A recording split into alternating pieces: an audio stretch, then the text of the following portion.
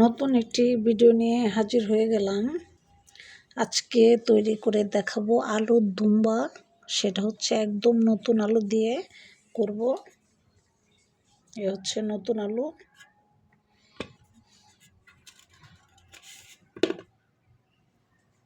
নতুন আলু নিছি, সাথে ডিম সুন্দর করে সাজাবো 4টা বা 6টা ডিম।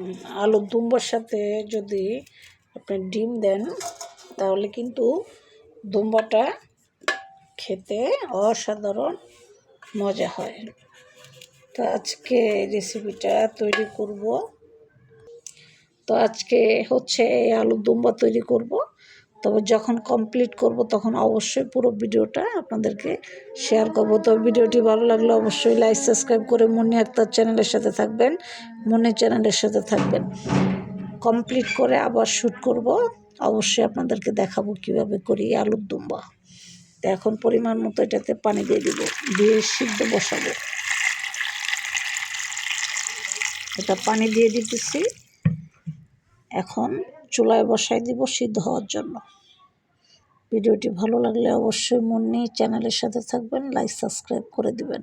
এটা অনুরোধ আপনাদের কাছে আমার রয়ে গেল। আলুর দুম্বা আসলে খেতে অসাধারণ মজা হয়। করে দেখাবো, একবার যদি আপনারা করে খান সারা জীবন মনে রাখবেন। তবে আমি যেভাবে করব অবশ্যই সেভাবে করবেন।